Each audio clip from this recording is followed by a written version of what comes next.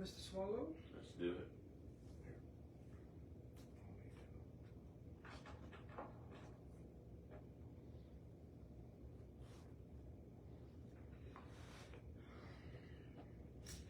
Welcome aboard, ladies and gentlemen. Week 6 recap show. Sorry we couldn't be with you Friday night. Iowa fed us so dang good that we just had to go to bed, my friend. But in all, a great weekend of high school football, friend. We are live from Gary Swallow's Taekwondo Martial Arts building here in Opelousas, Louisiana, home of the state champion Opelousas Tigers. That's right. Gonna be a great show. Sorry we couldn't be with you guys Friday night. Gary had prior commitments on Saturday morning, early Saturday morning, so it was either me come do it by myself, and that ain't good football talk. I love having my main man here talking a little high school football with me on Sunday. That's right, right, my friend? That's if we're right. gonna get it in, we're gonna get it in somehow before week 7 gets here. We say close the door on week 6, but before we can officially lock it up and put it in the past and move forward to week 7, we got a lot of scores, reactions, your thoughts, my concerns, a whole lot of football on this Sunday afternoon, my friend. You ready to get after it? Yes, let's do it. It's going to be a fun one this evening. Saints, what a disappointment. LSU, what a thriller. High school football in week 6, a lot of fun. Gary, initial thoughts, week 6. Some of these scores are just jumping out of the page at you, right? Right, there's a few of them, and we're going to talk about that a little bit later when we do our games and stuff. But overall, man, they had some wows, some upsets, some games that I thought were going to be really close, and they weren't. Some that I thought weren't going to be close, and they were. I mean, it's just all ends of the spectrum. All ends of the spectrum. But a great week of high school football. And week 7's gearing up to be a dandy. Rivalry week is right around the corner, my friend. You're right. You saw some homecoming games this past weekend. I think it's starting to get to the point of the season where the playoff race is heating up. The district title games are starting to be formed. Right. And these next couple of weeks are going to be something special to watch from a distance. You're right. I mean, it's going to be interesting as it gets closer to week 10 and the setting up for the playoffs and power rankings and all that stuff. It's going to be interesting as it gets closer. Because, man, before you know it, we're going to be in the playoffs. And we got a lot of great games around the Acadian area that's been going on the last 6 weeks, but around the state, you got games up north that are breaking records. You got games toward the New Orleans area that are must-see television week in and week out. You got games towards the Lake Charles area that is heating up, and they're playing some really good football that direction. Right. Towards the River Parish, towards the Homer area. Football across the state of Louisiana is red hot right now. Yeah, you can't forget about the Acadiana area. They have some good games in that area too. So I mean, it's just starting to heat up. That's all I can say. It's starting to heat up everywhere. And heat up means that it makes you more excited. Oh yeah. Can't stay still. I'm ready for more. You know. And we thought we had ourselves quite 2 matchups in week 6 that were excitement on paper. 2 4-1 ball clubs on Thursday, 2 4-1 ball clubs on Friday. Well, we thought we was cooking with some hot grease. You're right. And complete difference than what we thought going into those matchups. It was dominated from one side or the other. Right. So you got to see firsthand Friday. I got to see it Thursday and Friday. Yeah. Did not live up to the hype. But at this point of the season, records are deceiving. Right. You had some 0-4 teams that ended up winning against a team that honestly we thought that was going to have no problem. 0-5. Yeah. 0-5 team. And it was just like, man, this is going to be a cakewalk. And then all of a sudden it was like the script was flipped. And it was just like, oh my gosh, this is, it just proves you never know. You got to start flipping back the pages in your tablet here and saying, okay, yeah, the records look good now, but who are they playing? Right, and that's what we talked about earlier today when we first got here. It just goes to show you that look at the score and look at the records. I mean, they must have had a weak schedule coming up, you know. And I hate to say that way, but it proved itself right there. It proved itself right here. Yeah, you can't. The scores here. Some of these matchups, lower record scores are beating undefeated teams by a handful. By quite a bit. They got some rare lopsided scores in. So as we move forward, we can say records can be deceiving depending on their strength of schedule. Correct. What do you say? Most definitely. That's why you starting to see all of these great matchups for strength of schedule. You know, people that we've had, so far this year, we've had some dream matchups. Yeah, early. And we've never, and we asked this question early on before. Why are they doing that? I said, well, you know, I don't know why, but all I know is we're going to enjoy it. Yeah. And it has been to that point. So, strength of schedule is very important. Absolutely, my friend.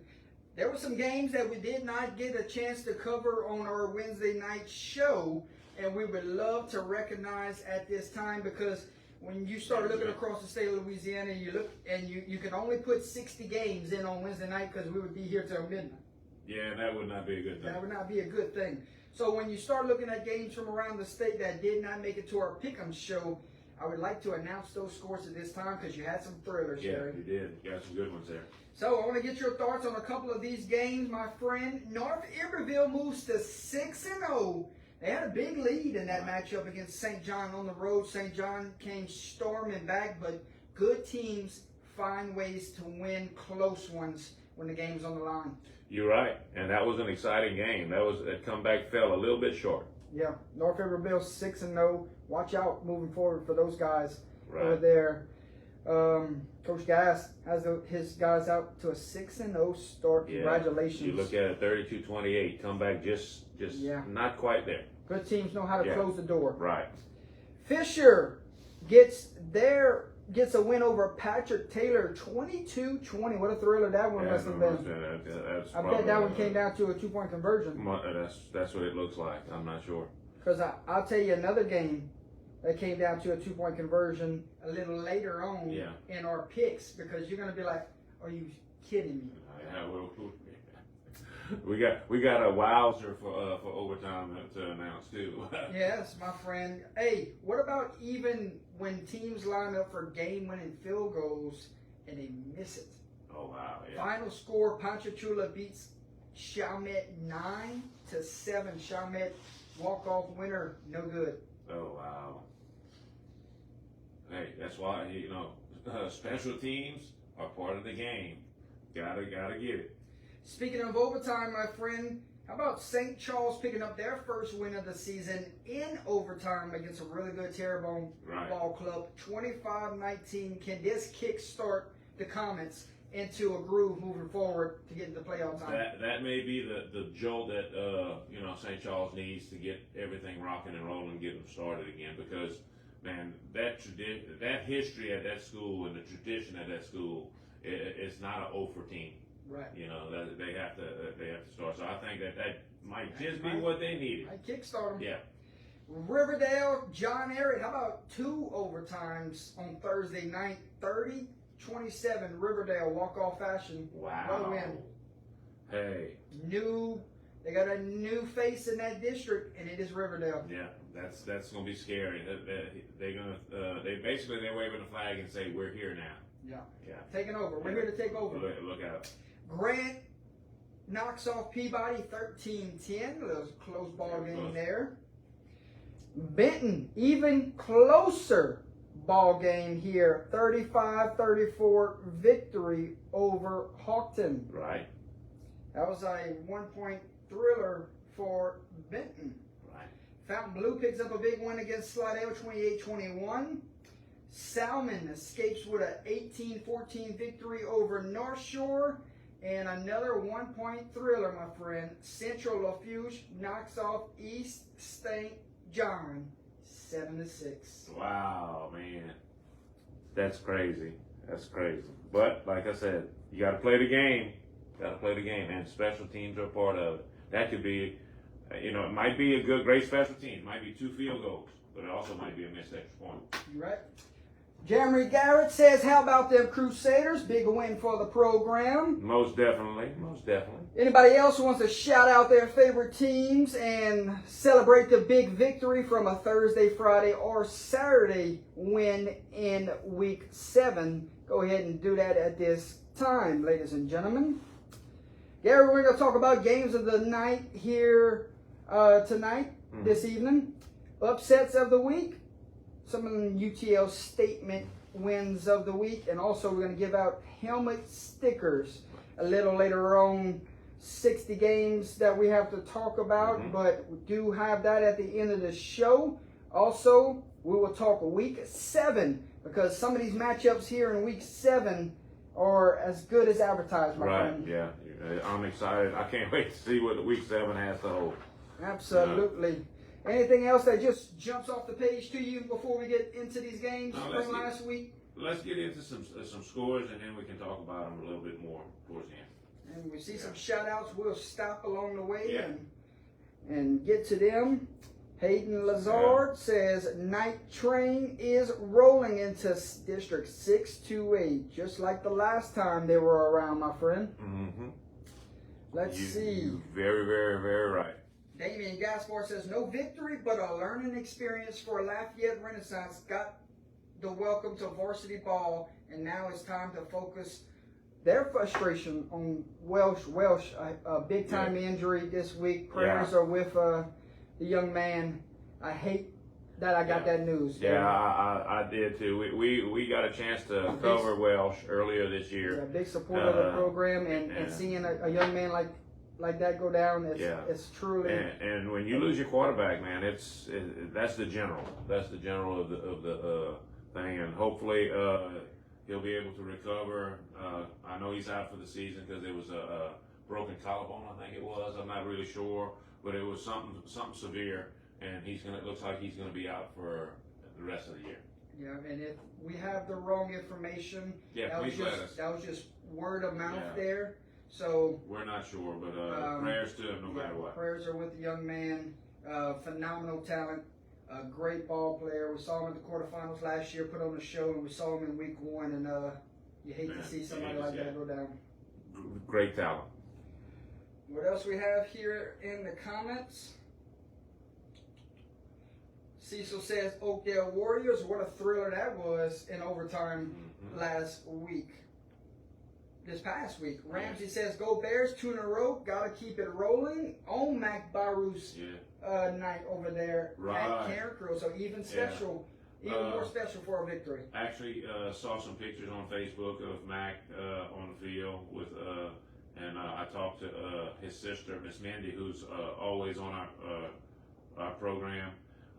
She said it was awesome. It was very, very nice, and they even got a victory out of it. So that was a special day. Enoch says, "What's up, guys? Watching the Lions demolish the Cowboys right now." Well, Saints with their backup did not demolish anybody today. No, they got demolished. Yes, defense did not play well. Yeah. What else we got here? Levance Williams says, "Go Alexandria Trojans." Trojans knock off one of your favorite teams in West Monroe this past week, so they're for real, aren't they? Oh, yeah, they very much are for real. Gary? What? Mr. Vest says, "Forgot the Crave cookies in the car." I knew something was missing. Oh, man. First, we didn't have audio on the field for the post-game interviews, and then we went home full without the cookies. Oh, my gosh. No problem at all. We'll be back real soon. When he brings me those helmets, he can bring those too. Crave cookies, best in the business. You're right. Without a doubt. You're right. So, Gary, let's talk a little bit about some of these matchups from Thursday night real quick. And some of these scores are lopsided, but at this point in the season, good teams are playing some teams right now still trying to find their way. Right. There were some lopsided, but there was one that was not. One that there was not. That was not. Coach Aguilar and Sacred Heart, they roll over Bolton 55-6. a game where they can work on some things and Right. get ready for rivalry football next week. Get out healthy, work on what you want to work for, and then the battle with St. Ed's next week. Hey, that's going to be some fun. You're right. I think it's. All I can say is every time I look at the schedule, the schedule's going forward, and the matchups coming up, it's like, Week 7, throw the record. Yeah, it's getting exciting. So. Yeah. Kaplan flexes their muscles to a 55-20 road win over Patterson. Right. Patterson surprisingly falls to 0-6 on the year, but Kaplan moving to 4-1. We expected this. Yeah, we kind of did. I mean, Kaplan was just hitting on all cylinders right now. So, and like you said, Patterson, I just didn't see that. I didn't see that record for them, but Definitely coming into preseason. Did yeah. not see them starting out 0-6. Yeah, but Kaplan, they're hitting right now. So Kaplan, physical yes, ball club very much. and a threat in that district for sure. You know who else is a threat in their district? The Elton Indians, my friend. Man, Elton is playing some good ball, man. That's all I can say. They're playing some good football. They get their 5th win of the season. They had to do it on the road. It was a close game throughout. Pulled away late over Oberlin. 34-18 victory. Elton, don't look now. 5-1. They got a huge one.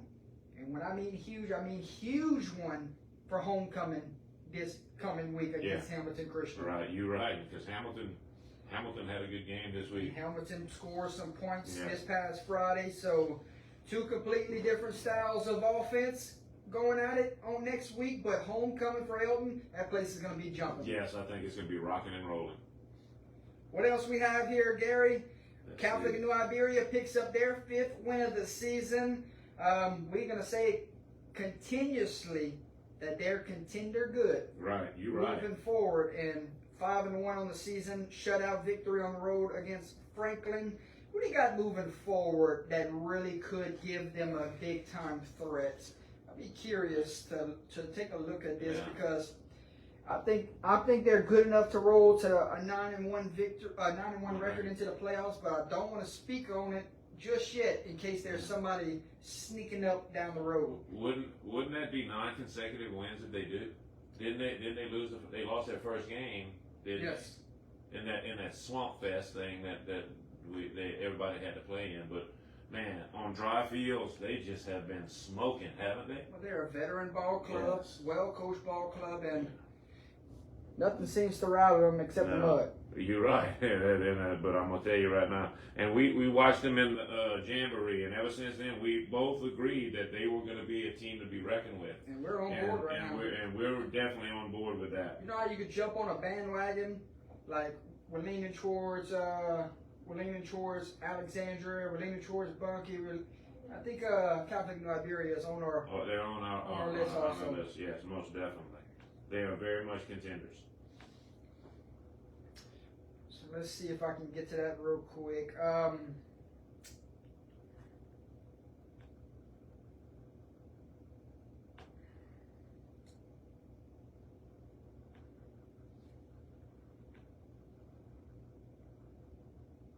Catholic New Iberia moving forward, Gary.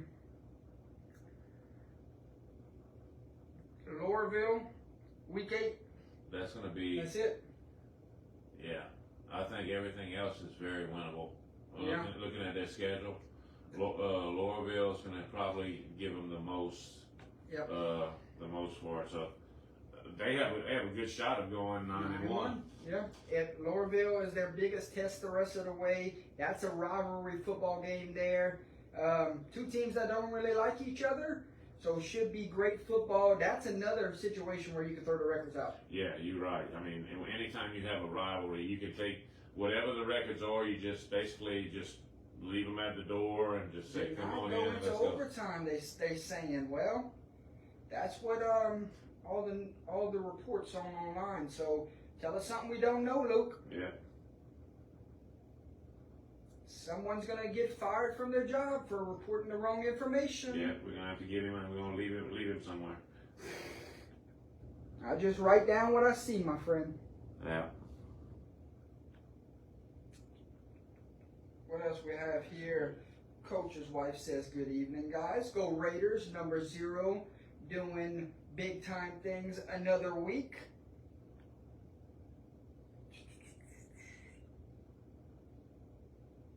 Rice dressing this week for the Raiders. Okay. Thomas shouting out the North Iberville Bears. Yes, 13-0. We announced that, yes. Not sure. You got any idea? How that happened? He said no overtime. That's not what the report said. They said it was overtime, and what happened is Oakdale got the ball and scored first, and then a pick six on the other side and took it away, and they had to sky the point because they didn't go down. So that's why they ended up 13-0. Yep. That's what I was told. Looks like we got some bad sources. I don't know. Oh well. Moving along, my friend. Opelousas High and Natchitoches Central scores a lot closer than I thought it would be. Opelousas could roll in this one, but hats off to Natchitoches Central for making it a ball game. Correct. 26-18, Opelousas goes on the road and survives a scare this week, my friend. What else we got? Yes. Okay. 42-0 is playing flat. Yeah, that's Gotcha. playing flat. I can understand I that. understand. So 26-18, Opelousas moving forward. Maybe health-wise, got to get healthy. Some special teams concerns. Maybe that's why the score was as close as it was. Not sure. But I mean, I think that it's important for them to at least look at that because I mean, Malvo was hurt a week or so ago, and I know they want to try to keep him ready for the playoffs and all that but I mean, he's very intricate in their team, very intricate part of their team. So, but yeah, I would kind of like take it easy. I don't know. Can't ever tell. I don't know, Mr. Luke. All I can report is what I was told. That's right. ERAF to Quincy, what a thriller on Thursday night. This one came down to a field goal. Less than 2 minutes remaining, somewhere in the 1 minute-ish mark, and ERAF with a dagger to go on the road and knock off undefeated to Quincy, 30-28. What a ball game this one must have been. Right. We talked. I talked to Jake, and he said the same thing. He says it was just unbelievable back and forth. He says that they just didn't have enough time left on the clock to get down there and sustain something. But I think it was a minute and 30-something, a minute 40-something seconds left in the game when they hit that field goal. Yes. And like I said, they just didn't have enough time to drive it down and answer. And ERAF, you start looking at the Bobcats now, Gary. They played 5 games this year. Correction, 6 games this year, all decided by 1 score or less. Right, that's it. That's what I'm saying. So don't underestimate ERAF. ERAF is going to come in there and they're going to put it on you. They're going to play for 4 quarters, and they find ways to win at the very end. Gary, this team here only 1 loss this year to an undefeated Vermilion Catholic by 1 score. By 1 score. And every game they've won this year has been by 1 score or less. Yeah. Hey, Bobcats, good teams, find ways to win close ball games. Yes, most definitely. I can't wait. I think they're going to be an exciting team to watch, and they're going to be on our radar going forward. Most definitely. They already are. Yeah, as far as I'm watching them with both eyes. What else is in the chat here?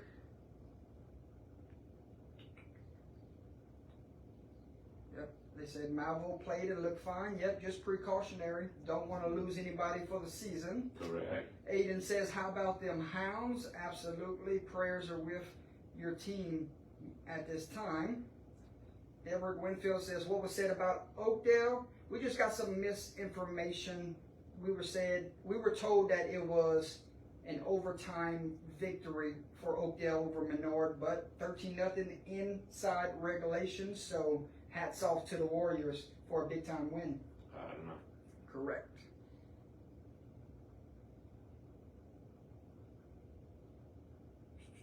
What else we have?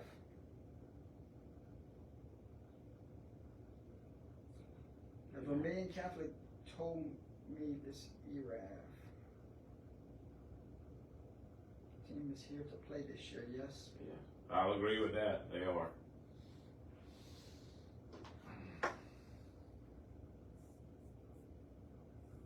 They have no quit in them. Vermilion Catholic was up 21-0, and ERAF found a way back into it. ERAF Kaplan game will be one for the books. I'll agree. Or 100% certain on that one. I gotta go look this up real quick. What we got? From the scores from this past week. Real quick. We got time real quick? I'm good.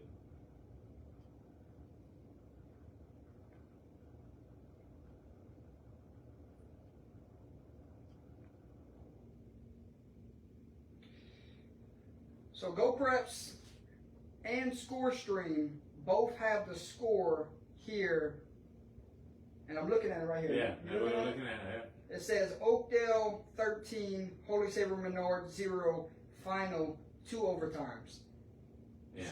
I go to the ScoreStream app also, so that was GoPreps. Yeah. I go to the GoStream app and it says final Oakdale 13, Menard 0, 2 Two overtimes. overtimes. So We're going by what the big boys say, guys. I'm just Yeah. going off of what we found. Yeah. But 13-0 regulation. Regulation or overtime, it doesn't matter. It's a win. Yeah, it's a win for sure.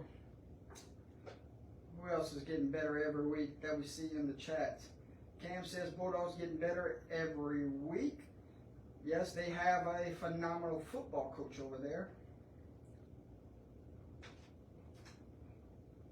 And then the big one on Thursday night, Evangel and Captain Shreve. Gary, if I told you that somebody could break a record in the same night and still lose a ball game, you would call me crazy. No, because it happened. Because it happened. happened on Thursday Right there. night. Over 800 and something yards on Thursday night. The quarterback from Evangel, beating Pop Houston, Yeah. put on an absolute clinic. But the problem was the defense did not get enough stops. That way the record could be enjoyed with a win. Mm-hmm. Final score, Captain Shreve, back-to-back weeks played in games like this. Yeah, they One did. time they were on the other side of it. Right. And the other time they were on this side of it, Right. the good side. 77-76. Right. Final score, Captain Shreve knocks off Evangel. One of the crazier games that we'll see this season. You know the philosophy. 1 point more. All you have to do is be one point better. And that was a great. But you know, you got to recognize this young man for Evangel for what he did. I mean, that was an amazing achievement. And boy, when they get their defense right with him.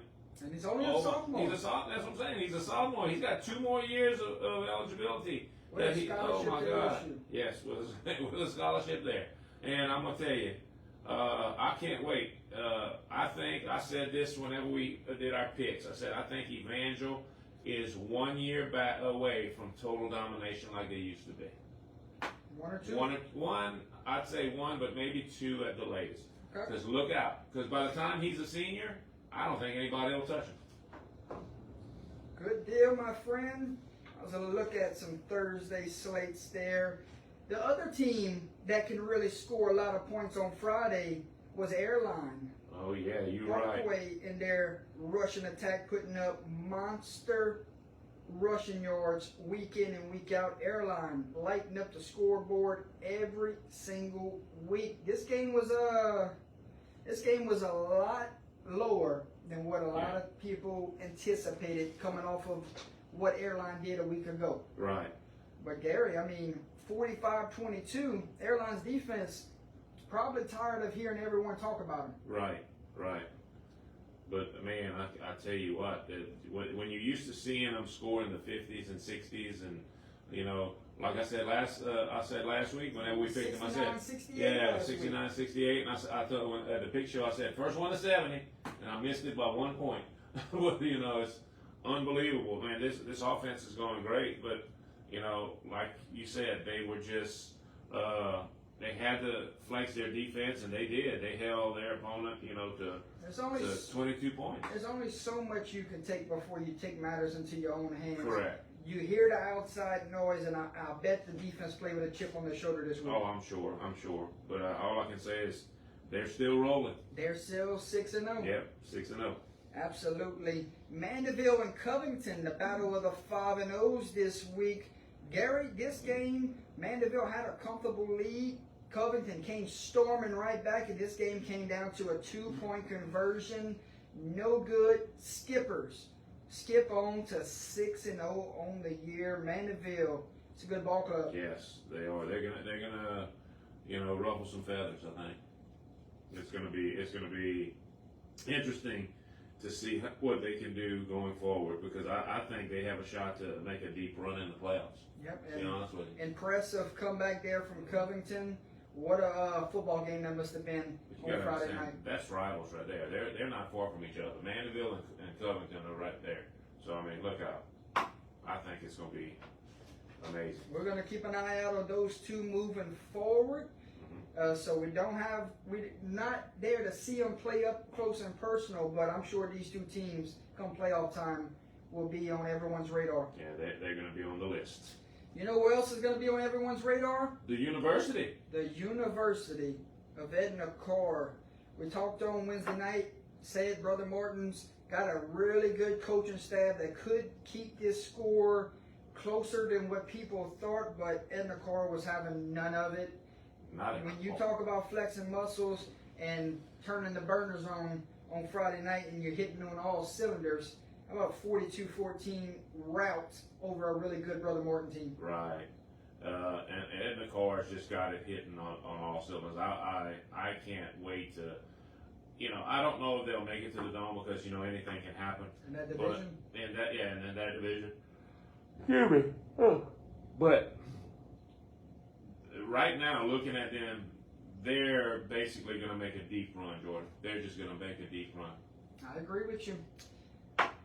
We said 1A, 1B Wednesday night with Edna Karr and Ruston, but Ruston avoids a huge scare on Friday night. It was a district matchup against Ouachita Parish, and Ouachita Parish almost knocked off Big Ruston. Yeah. What a game that must have been. 22-21, Ruston avoids a scare. Welcome back to Louisiana. Yeah, boy, that's what I'm saying. And then these two teams, you know, they're district foes, so you know it's not as if they don't know each other.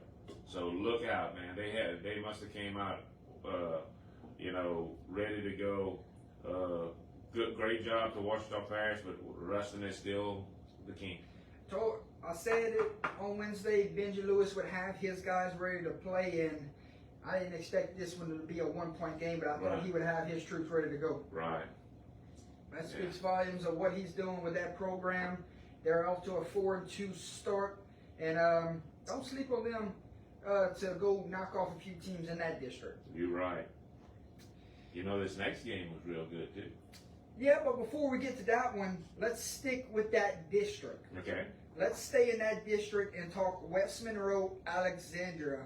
When you're the big guys on the block and you pushed around this team for so many years, only so much you could take before you take matters back into your own hands, and you have a special season like 2020. You have a special season like 2024, and you got all of the guys surrounding you and the coaching staff to go make a big-time run. And Alexandria knocks off West Monroe 45-35. West Monroe gave it their best punch, but Alexandria gave 3 right back to them. You're right. Alexandria they're clicking on all cylinders right now. They seem to be, you know, moving forward in a good, steady direction. So they're going to be scary. How good will Alexandria Ruston be? How good will Alexandria Neville be? My goodness, this district is shaping up to be a hell of a finish for the winner.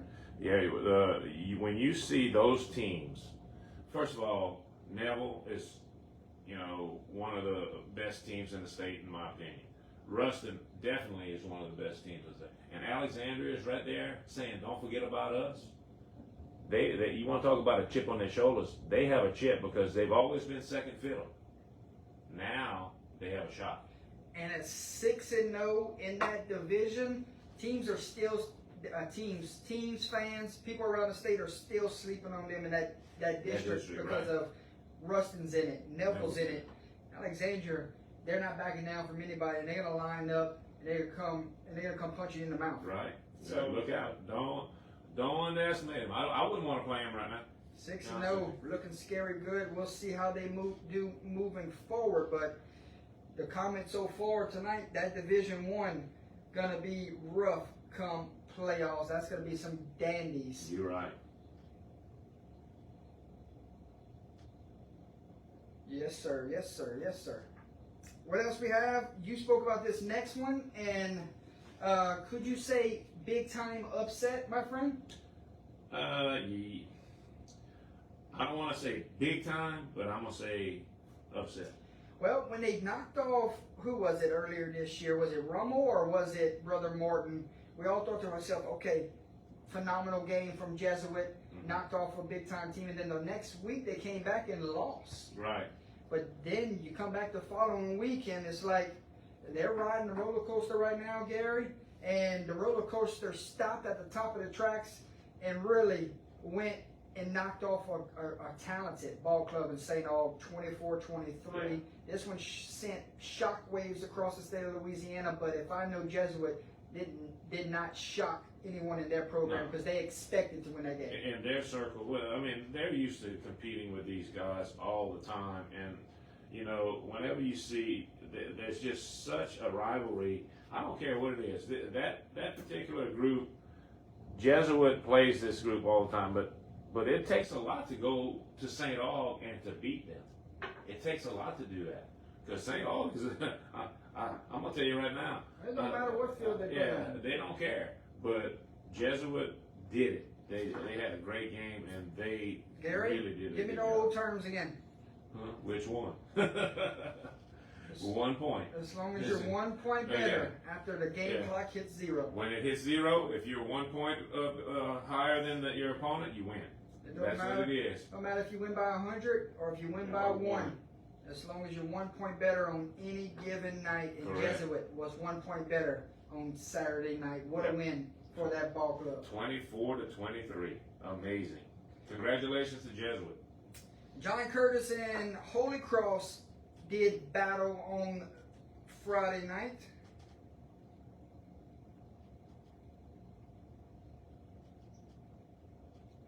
Clock ran out, just like it did on Ohio State. Yeah, that was crazy. John Curtis and Holy Cross did battle on Friday night. John Curtis did not lighten up the scoreboard like talking about, but their defense the last couple of weeks have really put on a clinic, and they're holding teams to least amount of points or even shutting out teams. So John Curtis finds their 3rd win of the season in a 13-0 shutout win over Holy Cross. And you know Holy Cross, they can score a lot of points in a hurry. And so Curtis shutting out Holy Cross, and I think they shut out Rummel last week. Right. So, I mean, look at this. Curtis, they got a really good defense on their hands. John T. Curtis is he can scheme anything, but he also has the players to do it.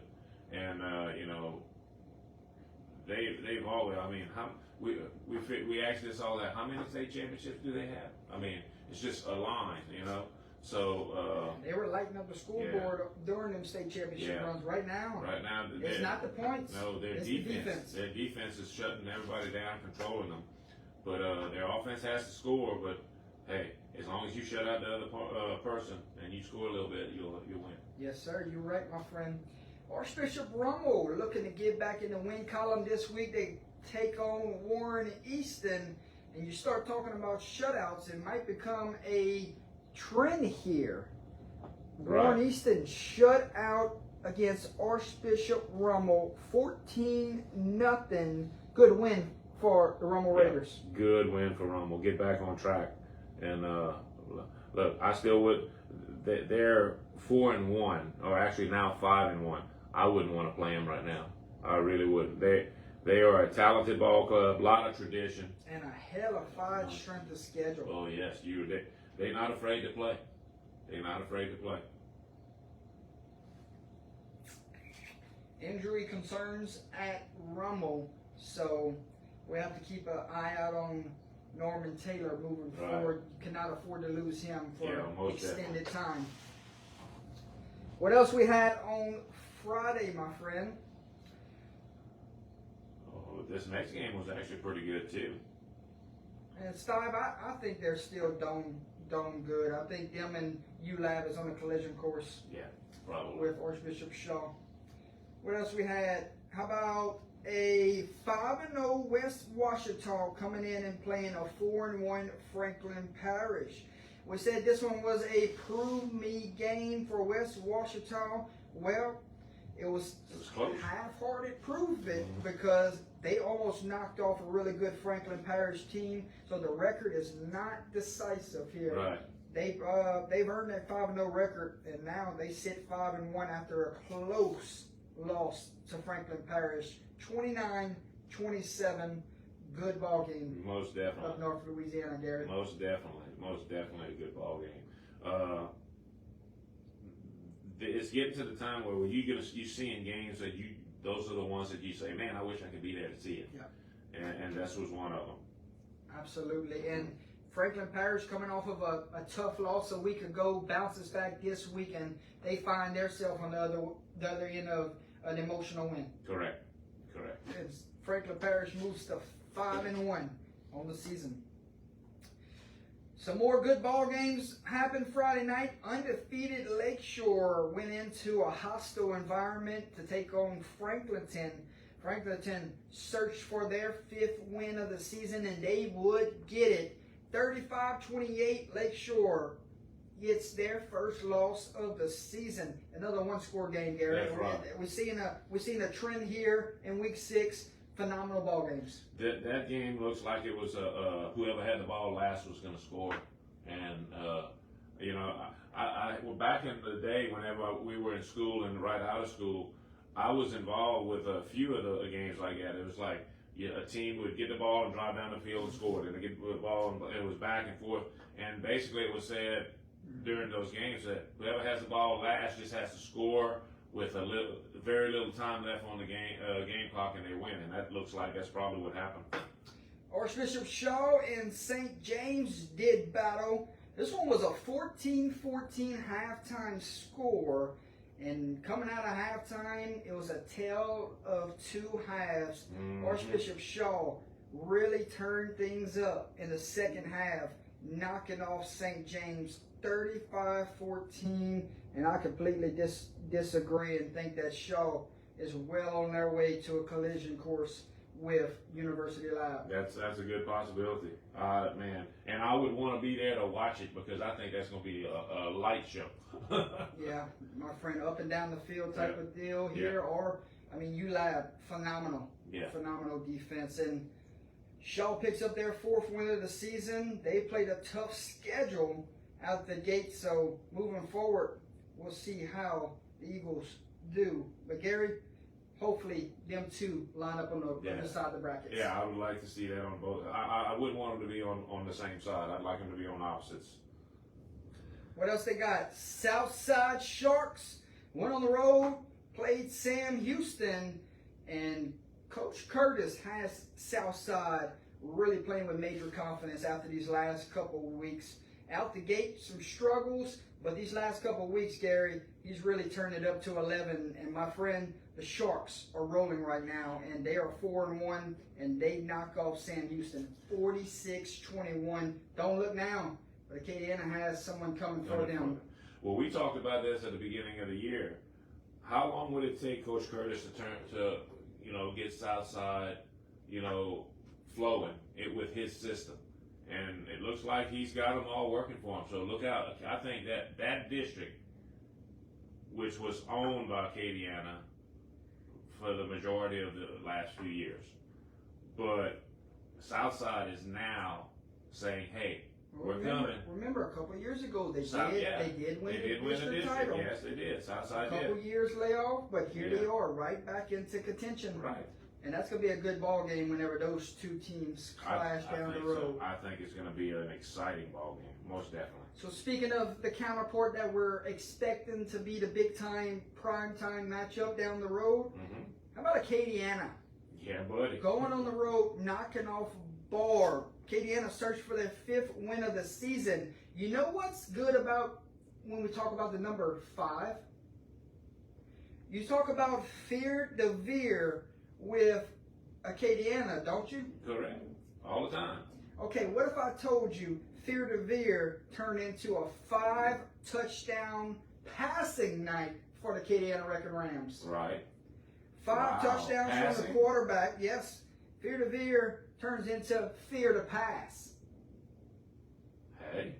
So you telling me that you got multiple arsenals in your bag this year? So Acadiana, it ain't all Fear de Veer anymore. They got a good quarterback that can sling it around too. His brother and his counterpart. That's true. That's true. Yeah. But all that tells me is that they can either pound it down your throat or they can throw it over the top. And they said you got to figure out which one is, because What do you want to do? cover You that, want to load the box? I got a good senior quarterback Right. that can find a big time target down the field. If you're going to back off and play coverage, we're going to run it down your throat. right? And they do, and they're so sound at what they do. Oh my God. 48-7. Wrecking Rams, since the week 1 loss to Ruston, they have put up points and more, and the defense have really put clamps on teams across the state. You're right. Oh yeah. And you know, I'm gonna tell you. You know, they keep on saying this, but I'm gonna tell you, a good solid defense. That's what's gonna win a championship more than an offense. And You start looking to that matchup, Acadiana Southside, and Acadiana seems like the heavy favorite here, but Southside seems like the only team in the district that could give them any type of game. probably right now, yes. I haven't seen anything that would say anything to contradict that. Yeah.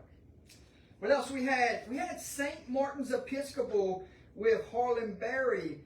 They went and played Riverside and Dedrick Lasty.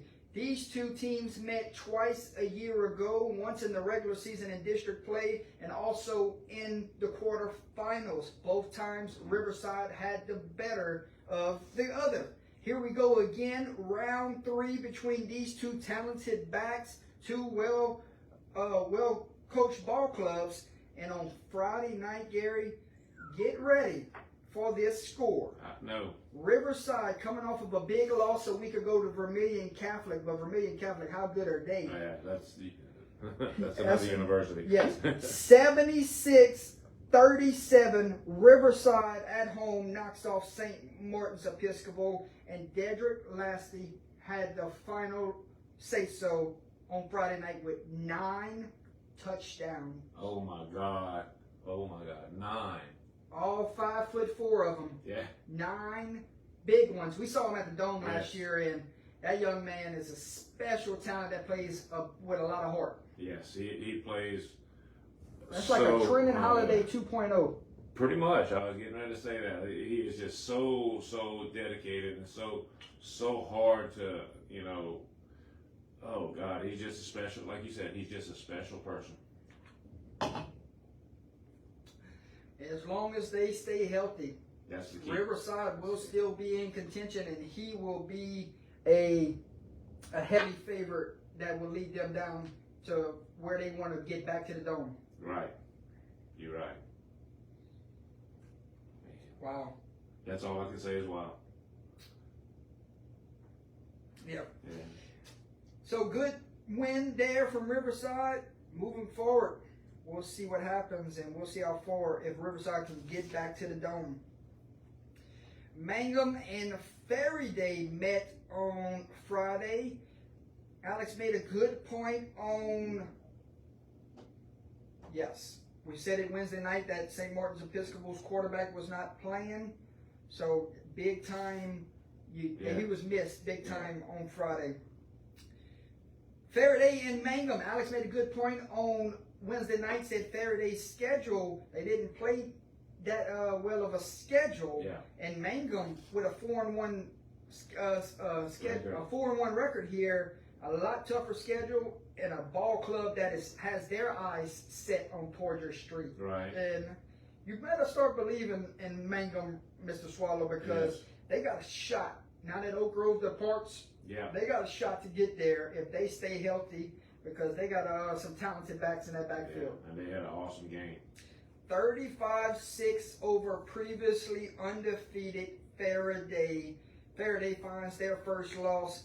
Mangum moves to 5-1. That's a scary team moving Yeah, forward. you're right. You're right. And I'm gonna tell you, as long as they can start gelling now going forward. If you stay healthy and you get everything rocking for you, man, look out. You're gonna make a deep run. Minden also came in undefeated, 5-0. Another prove me type of week for a couple of teams that were undefeated. The schedules have not been the toughest out the gates, but now that you get into some big time matchups, 3-2 North Dakota, that's no slouch there, my friend. North Not at Dakota welcome in undefeated Minden, and Minden would not leave undefeated. North Dakota rolled and rolled big, 42-0. Stonewall. They left happy. They just didn't give them anything. That defense said, "We're here and we're not going to give you anything." When you And start they talking did. about statements, that one very well could end up down the road. Right, most definitely. Bird and Huntington, fun matchup here. Who would get the win? 4-1s, 4-1s. Bird escapes on the road with a 4-point victory. Huntington, well played ball club, well played game here, just on the outs, and they fall at home by 4. Bird moves to 5-1 on the year. What's your thoughts on Bird moving forward? You think they have a shot to still compete in this district, or you think?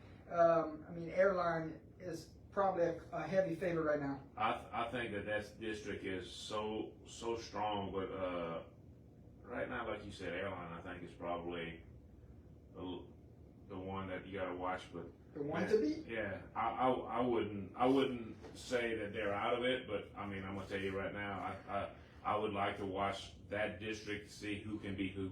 Yeah, that's a 9-team district, Yeah. isn't it? Yeah, pretty much. They're going to beat up on each other for these next couple weeks.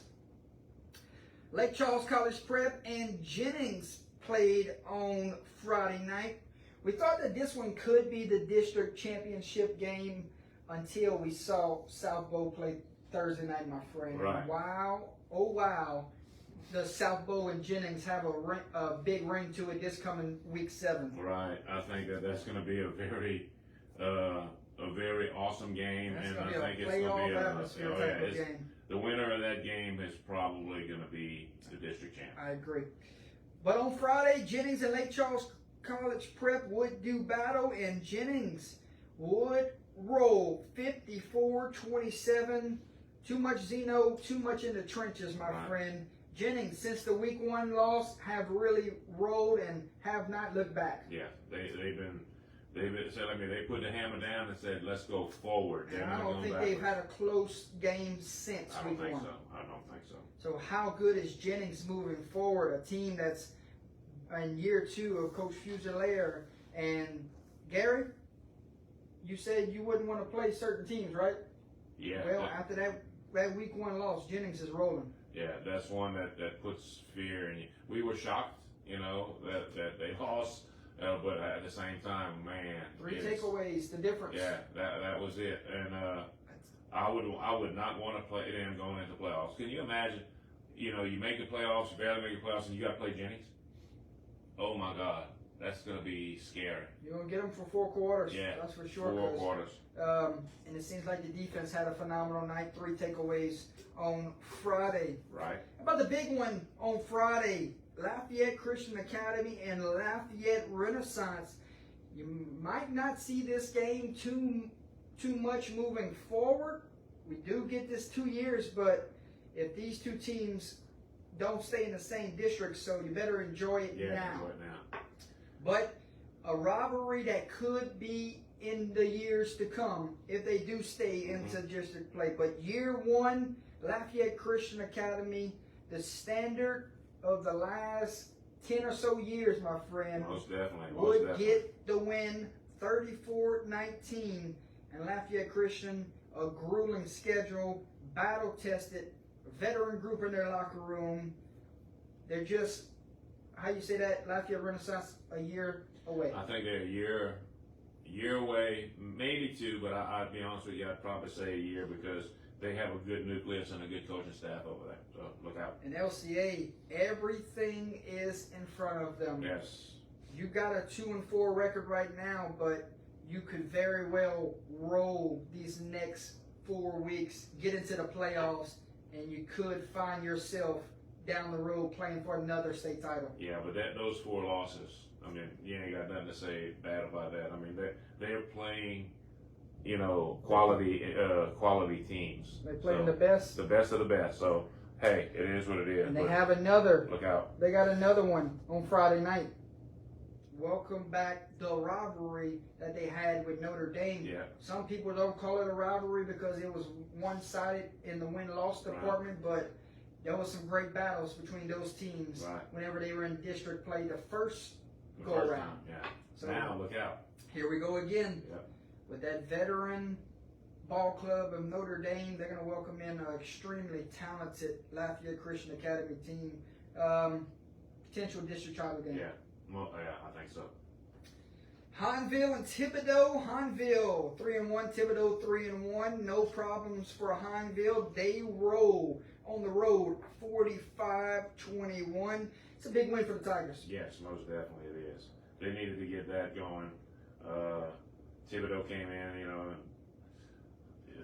that was a question mark whenever I looked at it, and I basically had to almost flip a coin, but Hahnville said, "You don't need no coin. We're going to do it," and they pretty much put it on them. And I'm sure we'll learn about this game on Tuesday night when JB and the boys talk on the Hashed Out Show, because this is the game that they covered on Friday. So curious to see what happened over there in Thibodaux, Louisiana. But good win for Hahnville. Yeah, most definitely. Hahnville, new favorites in the district. Problem, yes. Yes, I would say that. Gina and Marksville battled in the first game of district play. This one was a 13-8 ball game. Gina actually had the lead on, Marksville actually had the lead on Gina midway through the second, wasn't it? Yeah. And then a good ball club and Gina takes advantage of mistakes, and a key play in the game really flipped this game on its head, and Gina would not look back, my friend. They would roll 36-13 to set up their self 1-0 in district play. Marksville, a lot to play for moving forward. Curious to see how they bounce back next week against Caldwell Parish. But Gina Bunky looks like a collision course week 8. You can activate it. That's going to be basically the collision course that's going to. And how fun was that game a year ago? Oh, was it? I was just like, wow. I'm ready for another wild game. I do want to say congratulations to Coach Roque at Gina High School. He picked up career win 100. Oh, wow. So congratulations there. Congratulations, Gina Coach. Giants head football coach. Lafayette and Carencro would do battle. It was the special presentation of the field being named to Coach Mac Barroos. Right. And Carencro survives a pesky Lafayette team that came in trying to get a big win. And Lafayette's playing teams a lot closer than we expected to, but that speaks volumes to the coaching staff over there. He's got the Lions turned around. Right. I think he's doing a great job to get that culture changed around. But the night belonged to Carencro and Coach Barroos.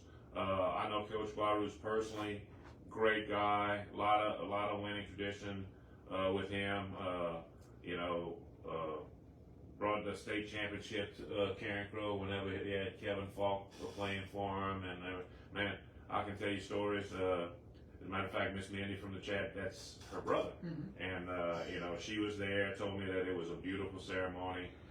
Everything was really, really nice. So, congratulations to Mac for the field being named after. I'm still waiting to see some pictures from Friday so I can share them to the page. So if we can get some pictures, so I'm going to tell Mindy, I see Mindy's watching. If y'all have any pictures of the presentation, just send them to me and I'll give them to Jordy. We'd like to really promote and give Mac the love that he deserves. Absolutely. How about this next matchup, Mr. Swallow? Sulphur and New Iberia Senior High. New Iberia playing some good football this year. Probably big time goals is to get into the playoffs this year.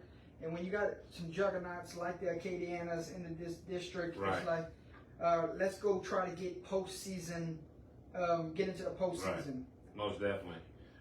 This was this was a hard game for me to think about,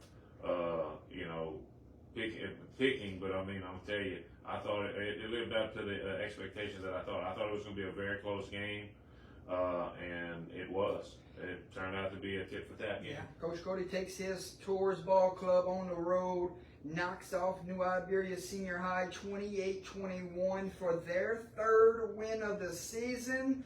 Big time win for Sulphur, Mr. Swallow. You start to look at power rankings for both of these schools. The chase for the playoffs will heat up.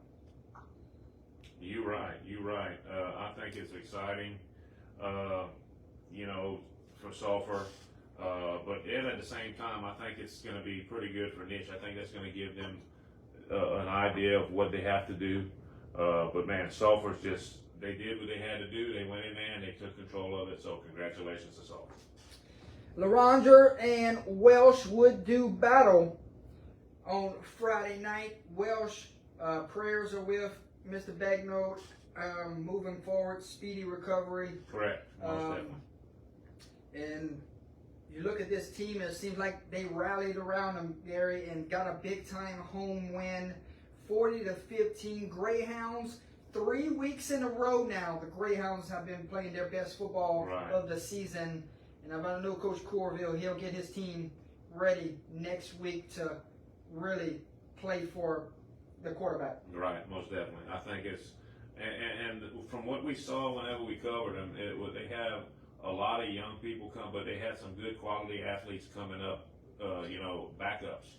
So a lot of injuries. They've had a lot of injuries. A lot of injuries have been a story of this season, but 3 back-to-back weeks where Greyhounds are starting to play Greyhound football again, and the minor setback here, but once again, our prayers are with the program, and we know the Greyhounds are going to fight for 48 minutes moving forward the rest of the season. Most definitely.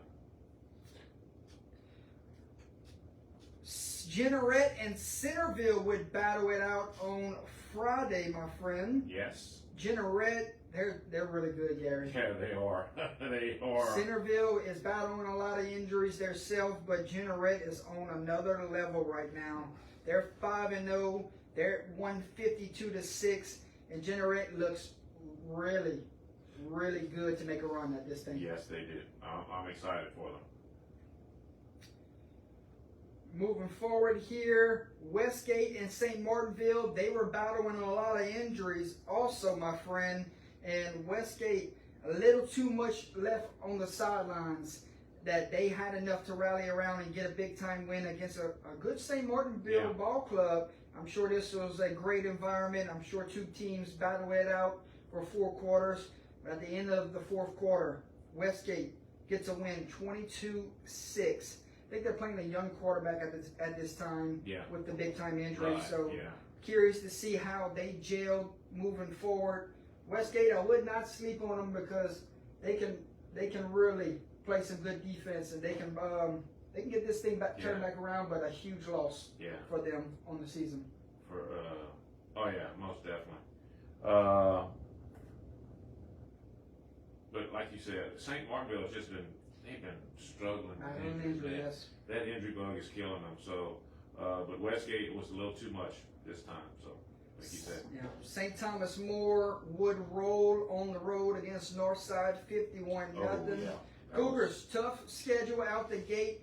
Now that they go into district play, and that St. Thomas More Turlings matchup is gonna be huge. Yes, you thought it was huge these last couple of years. I think this year is gonna top it.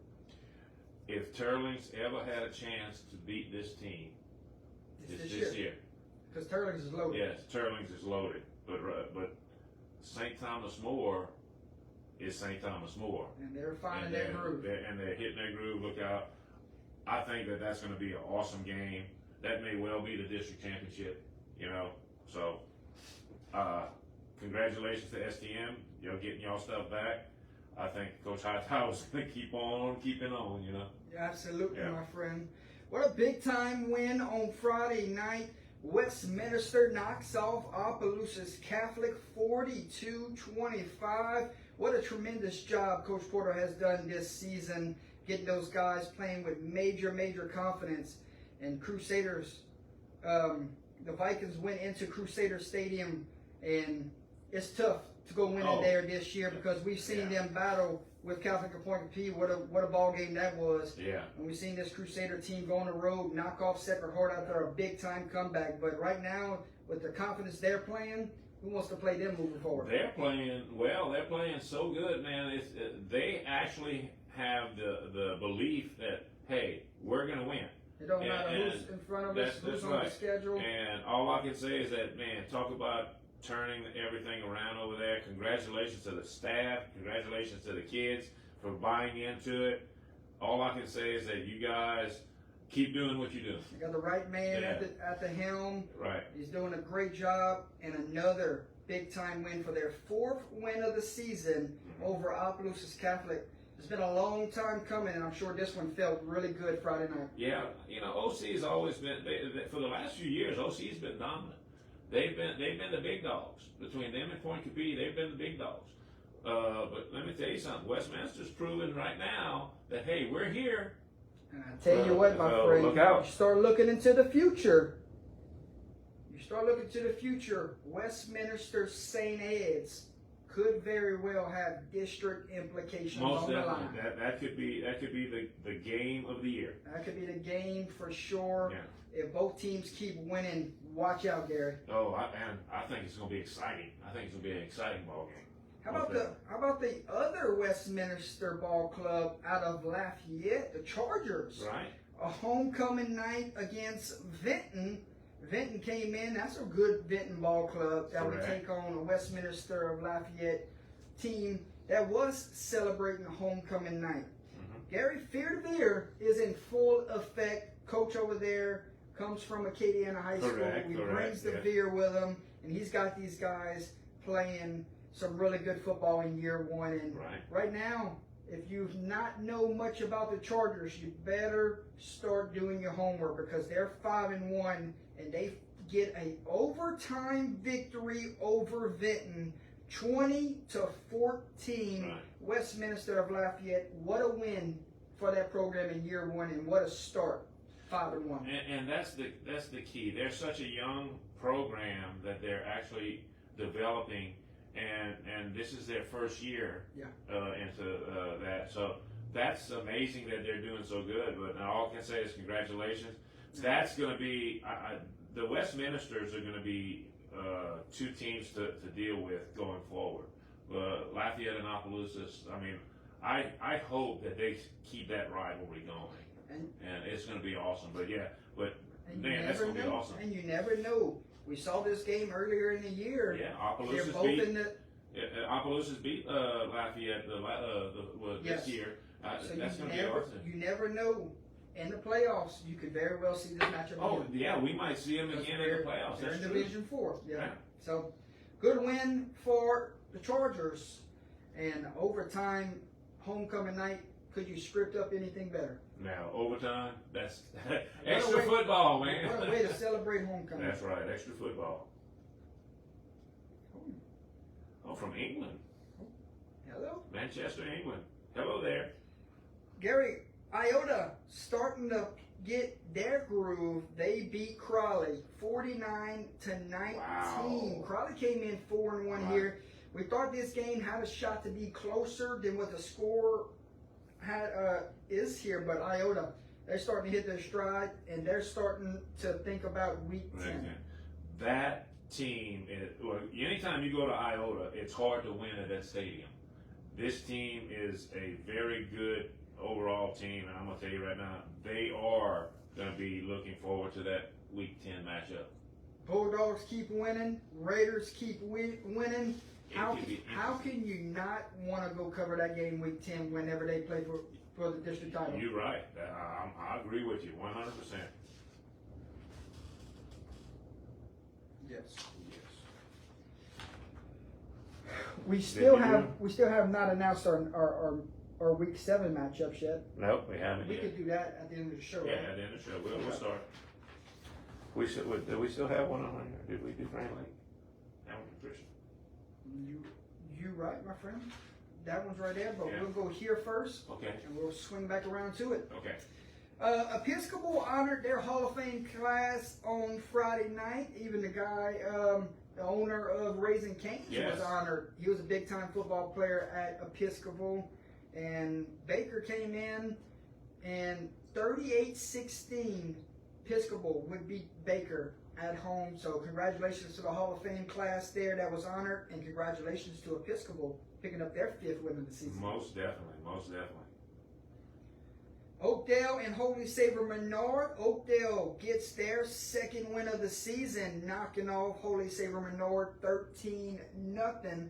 The ball game, this one must have been good job by Oakdale's defense, keeping Menard out of the end zone. Right. And Oakdale moving forward, they got some good games. I think this week they got to go to Kinder, and I think the following week they got to come down to Port Battery. Yeah. So excited for that. Sneak peek for all the Oakdale fans watching right now. Oakdale Port Barry will be live streamed week 8 Thursday night on our page. So looking forward to seeing all the great fans in the chat again and seeing the great ball club on the field again. Gary, Notre Dame celebrated homecoming night. They got a big win over Lake Arthur, 42-6. Big win for the Pios after a devastating loss a week ago to a really good Cecilia ball club. Correct. You know, and I'm gonna tell you, they're basically trying to fix all what they went through last week, but they're on track to have a milestone of a game in the near future. Gary, in the near future is about what? 6-7 7 days days away? away. That's what I'm saying. In the near future. If you want to go knock off a giant, Mm-hmm. you have a shot next week.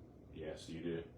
And that's going to be very hard to do, but you know, I'm going to tell you, I don't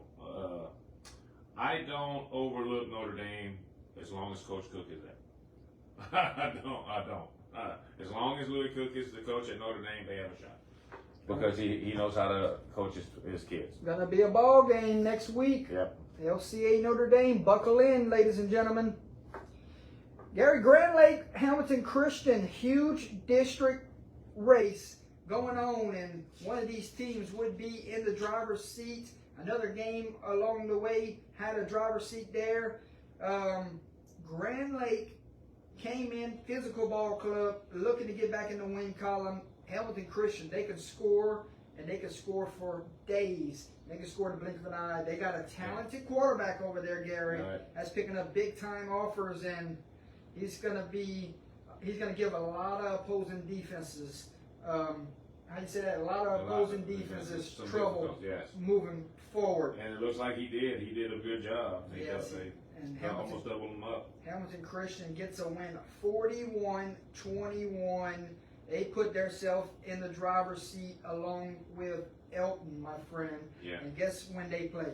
Next week. Next week. Next week. So look out. My goodness, how these games are starting to shape up. It's starting. The season's getting better and better, and the games are getting stronger and more meaningful. Gary, Basile, Maryville, it was homecoming night for the Bearcats. Happy homecoming, and we hope it was a great celebration Friday. We hope it was a great homecoming dance and everything that comes with it. The homecoming festivities. Yeah. Say that 3 times. Not really. Final score, Basile beats Maryville 30-8, and the Bearcats are now 4-2. Mm-hmm. What a tremendous job Coach Guillory is doing in year 1.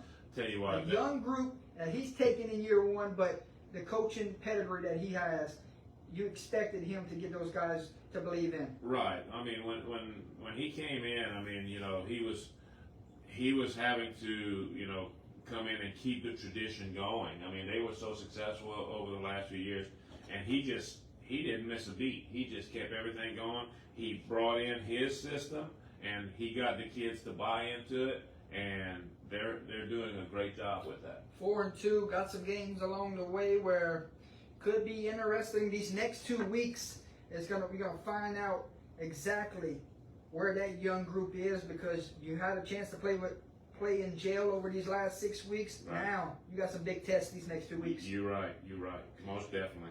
Turlings behind the huge offensive line and the talented backfield, and it seems like there's talent all over the field for Turlings, my friend. And it seems like this, if there was ever a year, this is the year for Turlings to go make a run for the state title. Most definitely. They have everything going for them. If they can make it through district, that's the key. If they make it through district, they'll be fine. But they can make a run. And we say that if there was ever a year for Turlings to stay in Division II, they would have won it by a landslide. Yeah, most definitely. But now they go into Division I, and that's a heavyweight showdown week in and week out in that playoffs. You're right. So there's no, in Division I, there's no easy road to the dome. I mean, you're going to be playing quality opponents every week. Now, and I hate to say it, that Division I is it's a gauntlet. Yeah, and Turlings, they have a team that matches up for that gauntlet. How will they do when we get to that point? Mm-hmm. Any given Friday, may the best team win. 48 minutes awaits. Right. 49-13, no problems with rain this week for the Rebels. They roll. Mamou and Abbeville would do battle. Happy homecoming to Mamou. What a big time win for that team, that staff, coming off of an emotional loss a week ago and come back and get an emotional homecoming win the following week. 40-34, Abbeville still searches for their first win of the season, but great effort there from the Wildcats. But Mamou behind a thriller. Zamarian Brown, only a sophomore, 140 total yards, 4 touchdowns, Gary, wow, on offense, 3 tackles, and even had an interception on defense. Mamou saw him a week ago, my friend. Very impressed. We both saw him earlier in the year. Yeah. Very impressed with the structure that was being ran. It was just a matter of time before they got things clicking. Wow. And a big homecoming win. What can that do for our program moving forward? It can make or break the program. I mean, when you have a new program coming in and you don't have, and I hate to say this way, but there was never a winning tradition over there for a while, as far as continuous winning and success. They're changing the culture. They're actually making those kids believe in themselves, and they're putting it together. So I think this win right here is going to be a stepping stone for the next level to where they can actually start being more consistent. And it starts with the coaches, and I think they're doing a great job. Kudos to the coaching staff there. They hired the right man. Yes, they did, most definitely. Yeah, he put together a staff around him. Mamou for years to come won't be the talks of how it was in the past. No. We will talk about Mamou moving forward. Most definitely.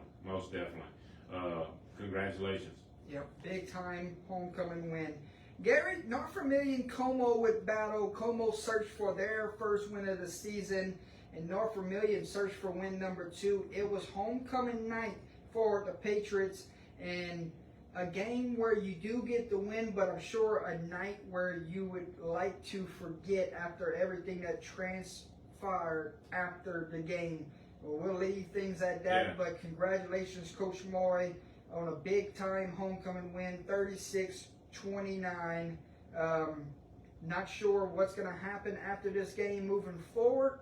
I'm still waiting to hear from from the authorities, the final, what's going to happen. Is there any suspensions? Will both teams be okay moving forward? Yeah. If Coach Moore is watching, please give me a call if you find the need to share the information with us. But 36-29 victory for North Vermilion And I hope nothing jeopardizes both teams moving forward. Yeah, most definitely. LaGrange, Gary, LaGrange is 6-1. Yeah, I know A that. surprise team out the gates to find their sixth correction. I got this wrong, Gary. 5-1 out the gates. Yeah. We're not until week 7 yet, Yeah. but we could start speaking into The future. The future here. So a 5-1 LaGrange team here gets a win over Washington Marion, 30-8. What a story this year has been, and what a tremendous job that the head football coach has done over there. LaGrange playing their best football that they've played in recent years, and kudos Many years. and congratulations to an outstanding start. Yeah, LaGrange is playing their best ball that they've played, in, like Jordy said, in years. And I think kudos to the coaching staff and kudos to the players for coming together. And I think this is a great victory for them. And look out going forward. Yes, sir, my friend. DeRidder, no problems with Eunice, 35-13. Unfamiliar territory for the Bobcats. Yeah. Bobcats here, 0-6. Gary, they got some work to do if they want to sneak into the playoffs. But Right. DeRidder, they get their third win of the season. Right. Congratulations to DeRidder. Great job. Eunice, I think, is just rebuilding. They're in a rebuilding stage. A lot of young talent. Got a lot of talent on the team, but they're young. And I think that it's going to take them. Anytime you rebuild, you have to go through that gauntlet, and they're going through it right now. Keep working hard, guys. It's going to come together. But right now, congratulations to DeRidder on the victory. Robridge still searches for win number 1. It would not come this week in the Civil War. They call this matchup between Cecilia and Robridge.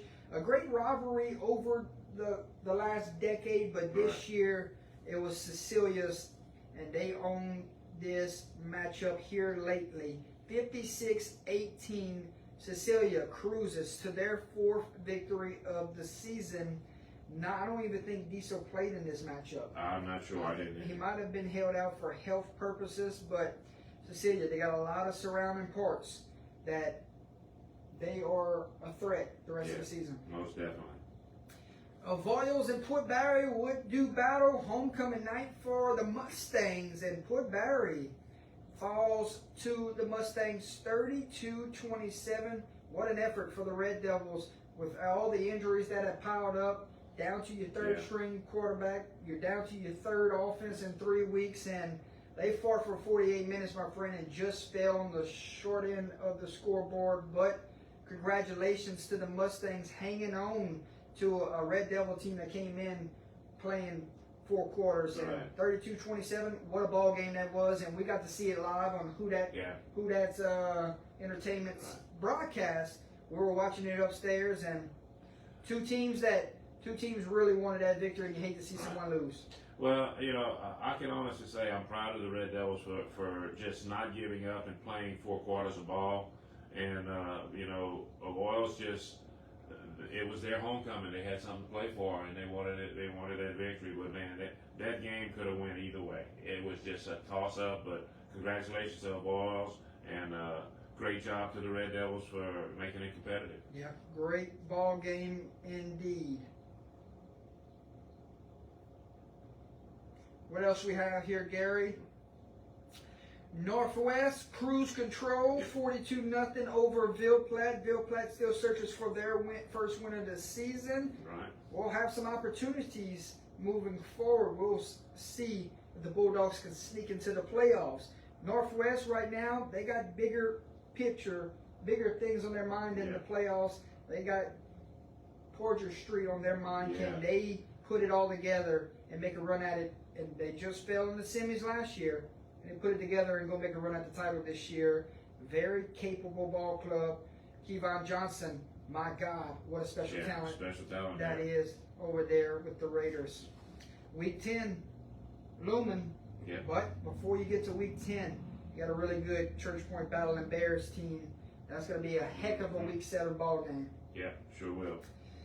Livonia knocks off Beauchesne 39-0. They get their first win of the season, so congratulations to the Wildcats. Loreauville searches for their first win of the season over a 3-2 Delcombe Ball Club, and they roll 58-0, no questions about it. Loreauville gets their first win of the season, so congratulations to the Tigers. Most definitely. Westlake gets a win, 27-14 over St. Louis. A lot of us did not see this score being as close as it was, but Westlake does move to 5-1 on the year, and they set up a big one next Thursday. You're right. Bunkie, no problems with Caldwell Parish. They moved to 6-0 after a 52-0 victory. Bunkie, we say it week in and week out, and then we can continue to talk about them, but my friend, they let their play take care of all the words. Most definitely. Unbelievable. Gaydon falls to Ascension Episcopal 56-6. St. Ed's moves to 6-0 on the year with a 56-14 ball game winner over Birchman's. Catholic Appointed P moves to 6-0 on the year after a 62-6 victory over North Central. And Vermilion Catholic moves to 6-0 on the year after a 56-0 victory over Highland Baptist. We go back to those teams real quick. Vermilion Catholic 6-0, Catholic Appointed P 6-0, St. Ed 6-0, Ascension Episcopal 6-0, Bunkie 6-0. That is some locals, and that is some phenomenal ball clubs, Barry. And those are teams that can very easily make a run towards the Dome. Very easily. Yes, you got a mixture in that pile where they're going to battle each other for district titles, and probably some top 4 seeds in the playoffs. Right. First round buys. All of that for them 6 teams moving forward is still in play, and the race is going to be something. We very well may see 2 of these teams finish 10-0 because a couple of these guys have to play each other. Yes, definitely. So, Gary? Yes, sir. Week 6 was something. Week 6 was a very interesting week. A lot of excitement, a lot of wows, a lot of unexpected victories, a lot of unexpected losses. But that's why you play the game, and that's why we put everything together. Man, I'm going to tell you, it keeps getting better and better, and I can't wait to see what Week 7 has. How about at this time we go games of the week? Okay. I'll start it. And this is my games of the night, and this is the ones whenever I first heard them. ERAF over DeQuincy. I think that was a great game. Phenomenal game, 30-28.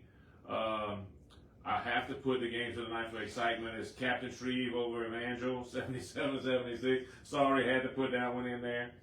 And then Alexandria over West Monroe, 45-35. You know I'm a West Monroe fan, but I think that what Alexandria is doing is special. So I gotta say with that. Gary, I got 6 for you because I was just feeling a little like I wanted to shout out. Yeah, a little grateful for the great games. Yeah, for the great games. That's right. Captain Shreve over Evangel. You can put that #1 on your billboards across the state of Louisiana. Oh yeah, I'm sure it's all over Shreveport. Mandeville over Covington. That game came down to a 2-point conversion. Game of the week. Yes, most definitely. How about Jesuit knocking off St. Aug on Saturday by 1 point? As long as you're 1 point better on any given night. You're right. 1 point is 1 point, and that means a victory. Game of the week. Yeah. ERAF over DeQuincy.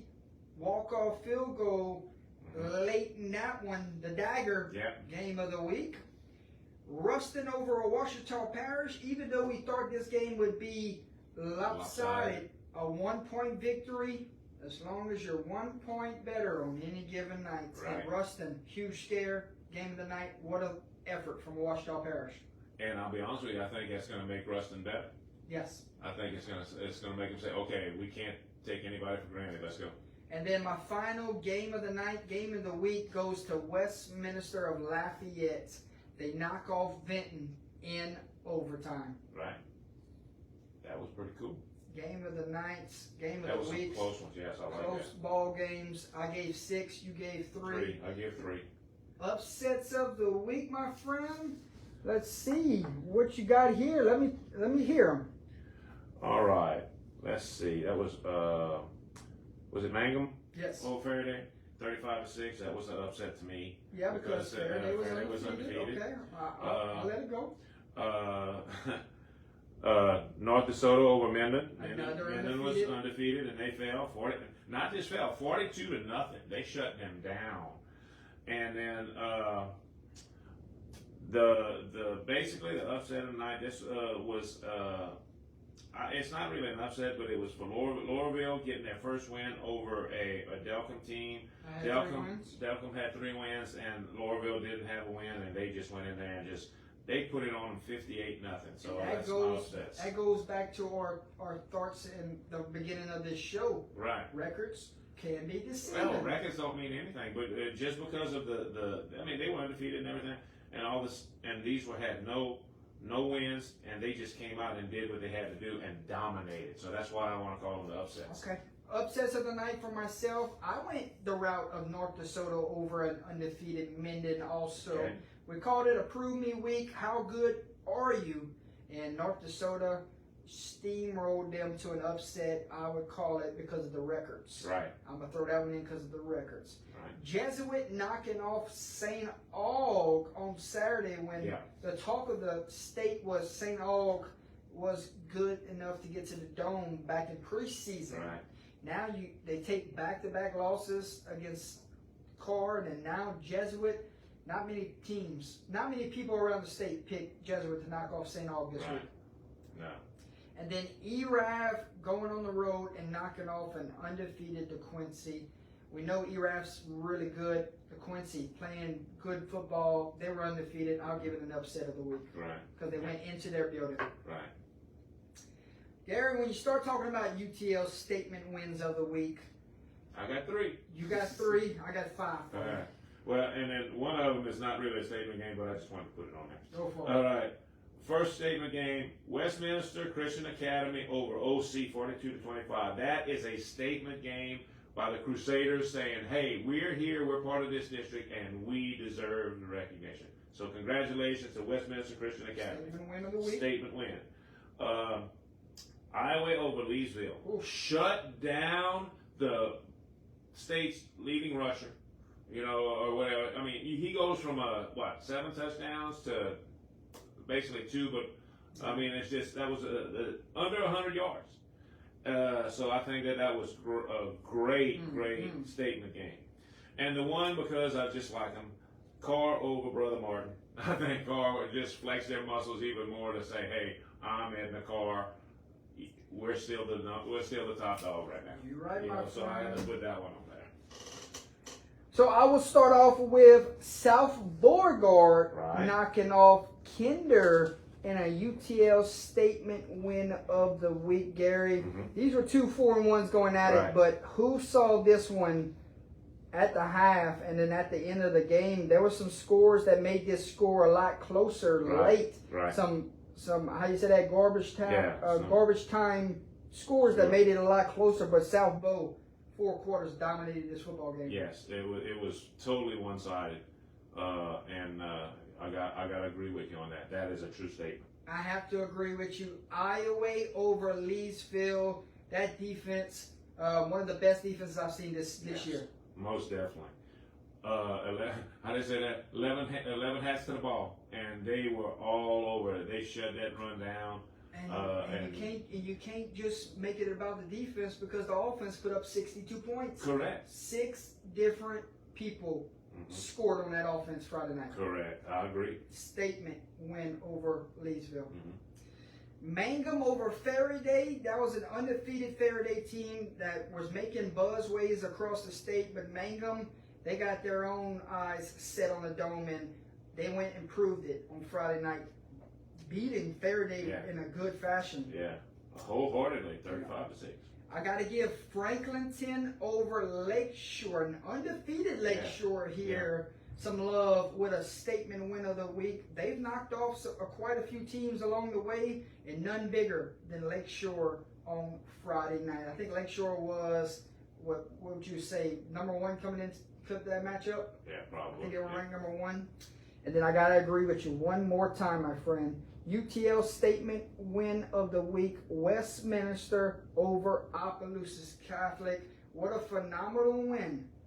Not many people were giving them a shot against the Vikings because of previous years, except everyone in that community, everyone in that locker room, everyone at that school. Right. They know what type of ball club they have, and we better start getting on board, and we better start believing in the Crusaders. Yeah, Crusaders looked really good in that game, and all I can say is like, man, just keep doing what you're doing, because that's how you keep doing it. Because this is setting up to be a great district final. Yes, we talked about week 10. Yeah. Could be something where it could come down to a district title game. Both teams keep winning. Yeah. Week 10 is going to be nuts. Most definitely. UTL helmet stickers of the week. Who are you going to give your helmet stickers to this week, my friend? My helmet stickers are going to go basically to Airline. That's one. Airline for just doing what they do, keep on scoring and keep on winning. And finding their defense. And finding their defense and actually doing something. I think they played with a chip on the shoulder this week, Gary. Most definitely. Helmet sticker, number 2, and this was still a close game. It's Ruston for doing what they had to do to stay undefeated and winning. It's by 1 point, but like we said, 1 point is 1 point. It's a victory.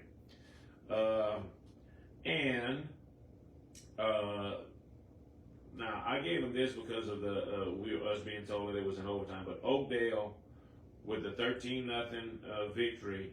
If it was in regulation, that's still a shutout. But if it was in overtime, like that we were told, that was amazing. So I have to give them a helmet sticker for that.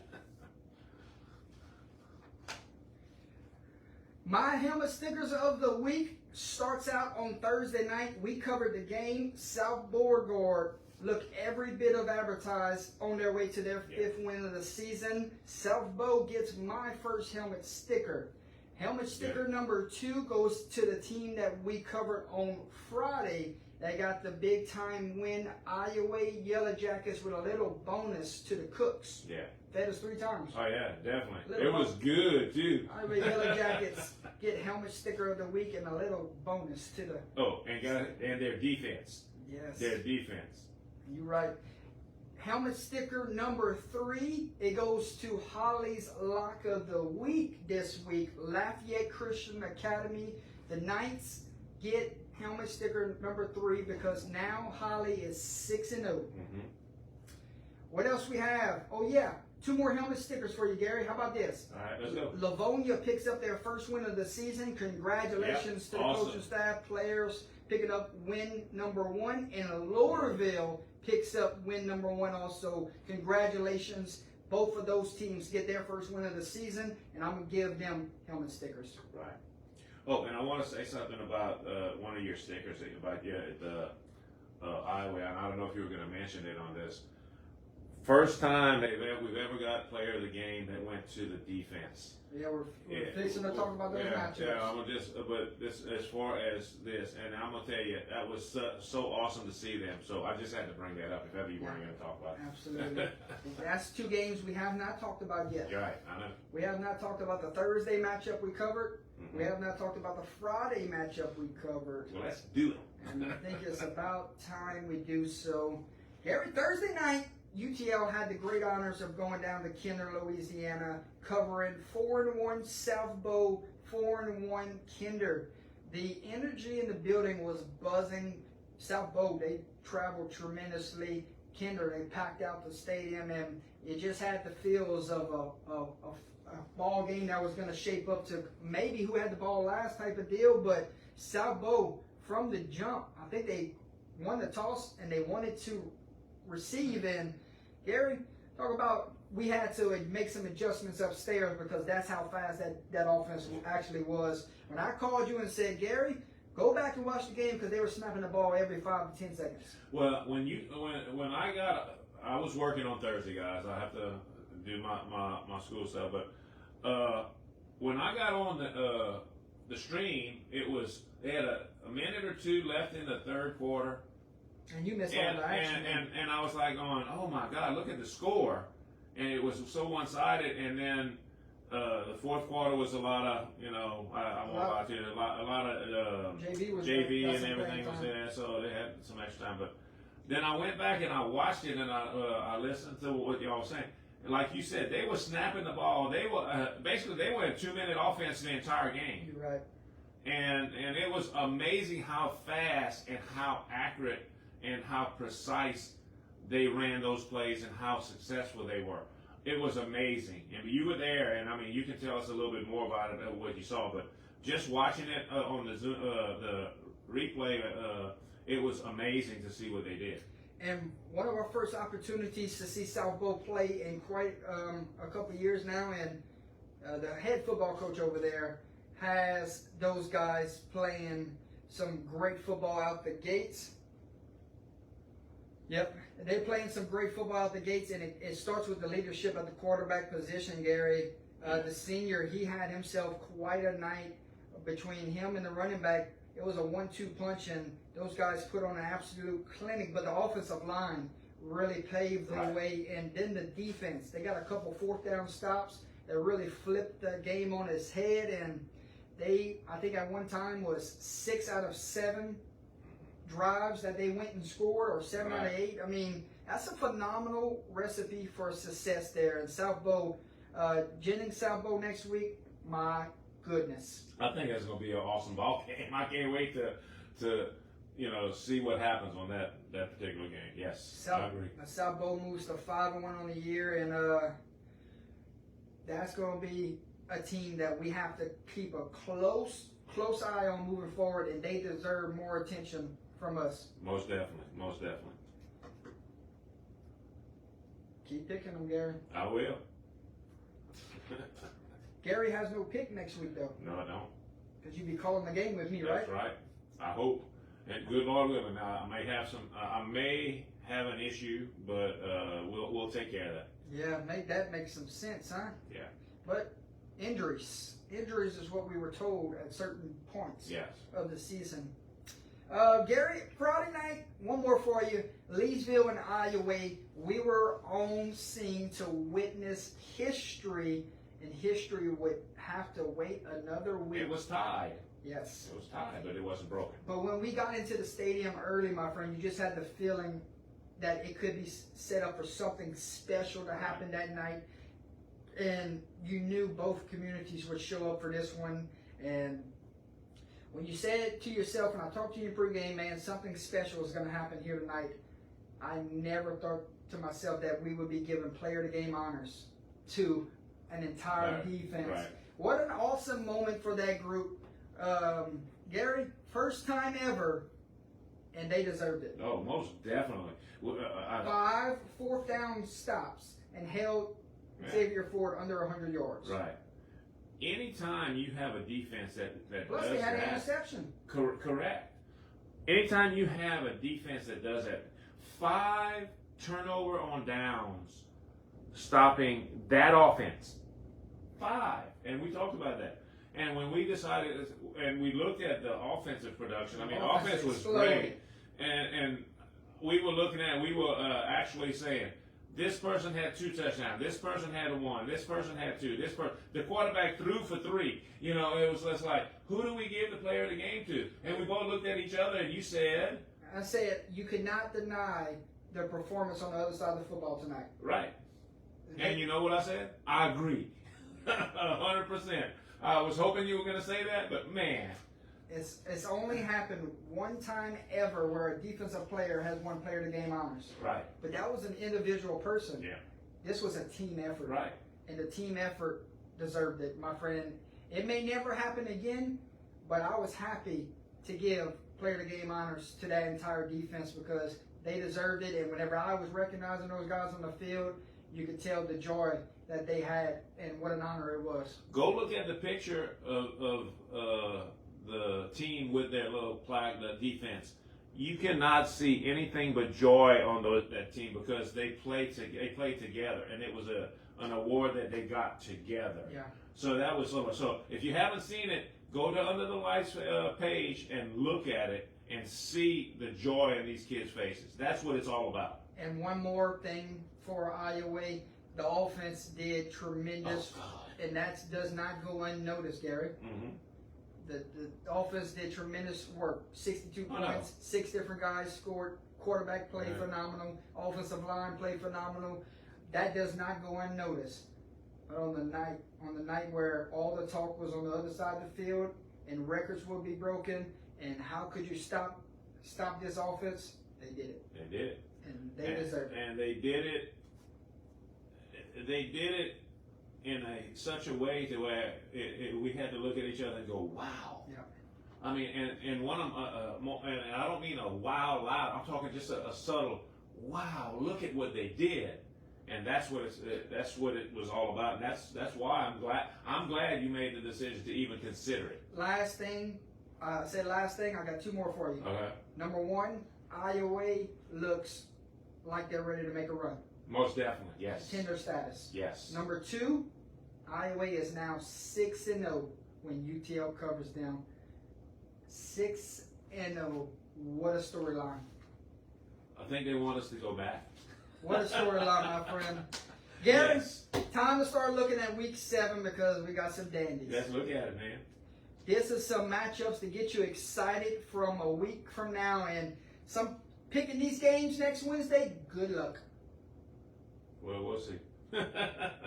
we'll look at it and say, yeah, no, maybe so. Good luck picking some of these next Wednesday, my friend. Sacred Heart, St. Ed's, throw out the records. Yes. This is an old-time rivalry where 2 teams do not like each other, and this is going to be a heck of a lot of fun to call this one. Yes, next you're week, right. my friend. You're right. My goodness, I can't wait. Northwest and Church Point, great battles year in and year out between these 2. A-Meet and Pine will meet next week. Pine, only 1 loss on the year. A-Meet, 2 losses, but this is going to be a good one. Right. Southern Lab going to make the road trip down to Kaplan, Louisiana next week. Southern Labs going to Kaplan. St. Champs go into Pirate Stadium. That's a physical ball club. Yes. We'll welcome in the state champs next week. Mm-hmm. How about E.D. White and Lutcher? The game of games, Gary. That is going to be an awesome ball game. Edward Douglas coming into Lutcher. Bulldogs. My goodness, what a game that's going to be. Yes, sir. I got another game for you. Oh, I got another game for you. what? What we got? Calvary Baptist at Union Parish next week. No, Joe. Calvary Baptist at Union Parish. We got a little taste of it. Oh, We got a little yes. taste of it Yes. at the Jamboree. Yeah. Here we go. Now we get 4 quarters of it. Jennings and South Bow, 2 1-loss teams. I'm calling district title game. That may well be the district title right there. Yes. Brother Martin and John Curtis next week. Always great battles between those 2 powerhouses there. Notre Dame, Lafayette Christian Academy, welcome back to this district.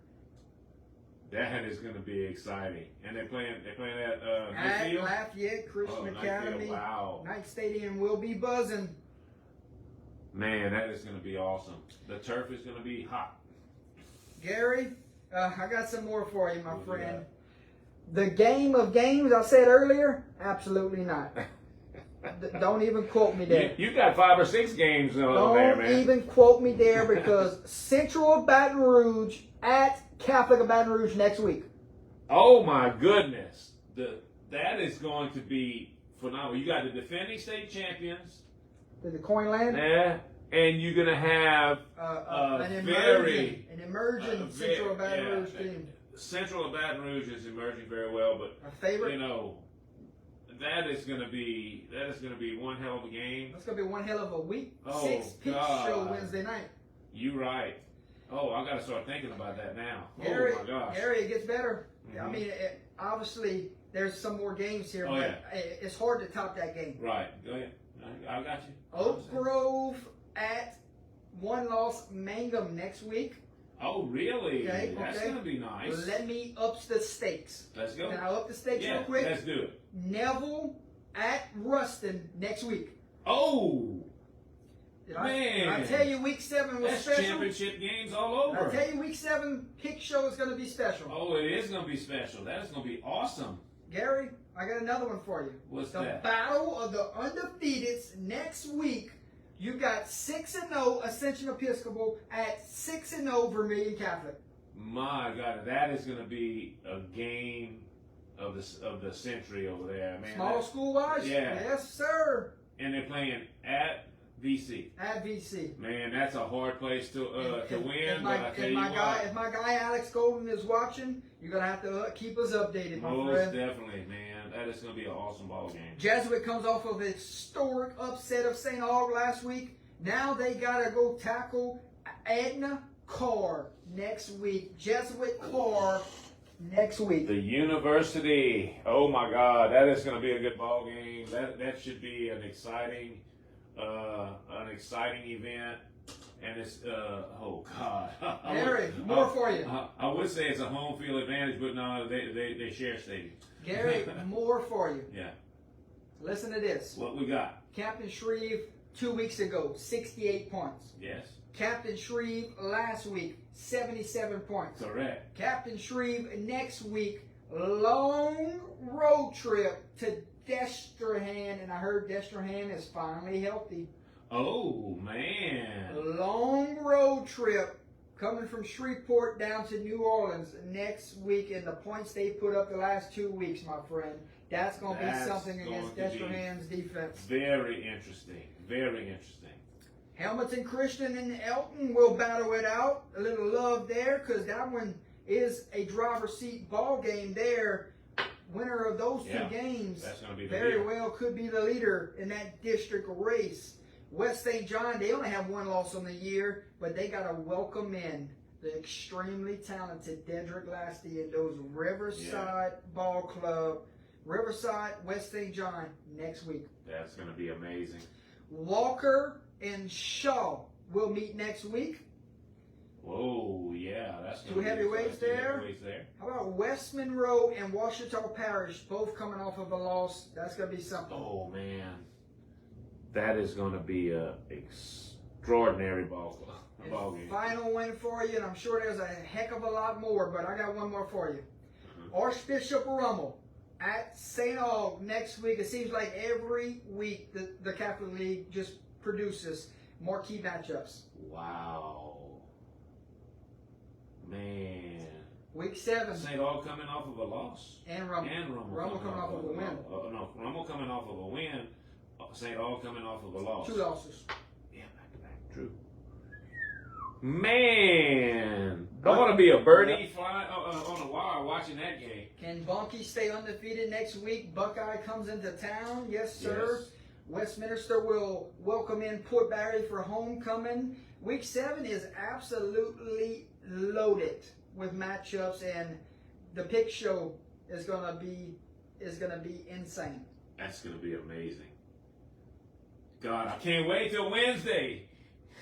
Gary, I'm gonna have to put together a special panel that night to tackle these games. That is, oh yeah, we're gonna have to do something. I'm gonna have to do my homework on some of these matchups because come Wednesday, we're gonna have to get after it. Yeah, you're right, my friend. Gary, close the door here this evening. Give us the final words as we head on out and enjoy the rest of what is this weekend and go into the work week. And before you know it, Wednesday's here, Thursday's here, and then Friday's here. Wow, all I can say is that, hey, we're done with week 6. We're in week 7. We are almost to the playoffs.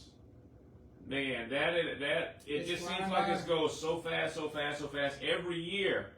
All I can say is keep all of you guys, every student, every coach, everybody, keep doing what you're doing. To the students, to the seniors especially, keep playing your heart out. Play with pride because, before you know it, you never know when it's your last one, and you never know, what's going to happen. But it's going to be at the end of the season before you know it. And for you seniors, you're not going to play high school football again. Notice what I said, high school football. Some of you will probably go to the next level. But high school football is where you're going to learn everything. Enjoy the memories. And I'm going to tell you, from when I was in school, there's nothing like high school friends and everything like that. So enjoy it, cherish it, and just be proud of everything that you do. Do your best, and just have fun with it. Yep. Gary, before we close this one out, Yes, sir. I would like to announce our Week 7 matchups. We will post them this evening. Okay. Also, we will post the results from the game picks from a week ago. So next week, Week 7, we will have Thursday Night Football. How about a 5-1 versus 5-1? That's going to be nice. Westlake at Iota. Here's what makes this so special. We've never covered Westlake. We've never covered Iota before. And we've never been to Bulldog Stadium before. No, I've been there as a part of the team and player and all that stuff, but I've never been. We've never covered a game there. But boy, I'm gonna tell you, that's a tough place to play, and it's exciting. Can't wait to see the environment for the very first time, and I can't wait to get Westlake and Iota finally on UTL. That's right. That's gonna be exciting. And come Friday, my friend, Rivalry Week is in full display because Sacred Heart St. Ed's live on Under the Lights Friday night from Blue Jay Stadium. Well, my friend, that's going to be a roll your sleeves up type of game. Meet me inside the lines. May the best man win. That's going to be exciting there. Two teams. I told you again. I'm gonna say it. It's gonna be It's gonna start getting annoying because I keep saying it. Two teams don't like each other. And I'm all for it. Rivals are rivals. Let me tell you something. There's nothing like a good rival. And it makes you better. And I can't wait. This is going to be a great week. Great Week 7. Can't wait till Wednesday to pick them out. But, man, can't wait to see you guys. And hopefully I'll be involved Friday. But if not, I know you're going to have somebody out there to take my place. And but not the same in action, my friend. I know it's not, but unfortunately, work is work. Yes, sir. Real quick, my friend, gonna be a great week promoting that matchup with St. Ed's and Sacred Heart, two great friends to the program. Oh, most definitely. Coach James Shiver and Coach Jacob Aguilar. So thankful for their trust in me to go cover an amazing rivalry like that. Yes. And then, other than that, we will talk about the state championship games and times that were posted earlier this week. So we do have a schedule posted for state championship weekend, and there is some twist this year. It's also on Under the Lights page too. Yes. So we will talk about that Wednesday. We'll give our thoughts on the 3 days and the movement of what we were used to. Yeah. It's going to be a little different this year. But I looked at it again. I think it's going to be actually pretty good. Yeah, we'll talk about it Wednesday. Yes. Other than that, my friend, thank you again for doing this recap show with me. Oh, yeah. Week 6, you close the door and you don't look back. Now we go to Week 7 and the race to the playoffs, the race to district titles, the race to the buys, the race to everything in between. That leads to the dome. The road to the dome has begun. And we will see y'all Wednesday night for a stacked Week 7 Pick'em show. For myself, Jordan Taylor, Gary Swallow. Yo. This was the Week 6 recap show. Thanks everyone for tuning in with us. Enjoy the rest of the weekend, folks. God bless each and every one of you. God bless high school football. God bless my friend Gary Swallow. And God bless UTL forever. Forever. That's right. UTL.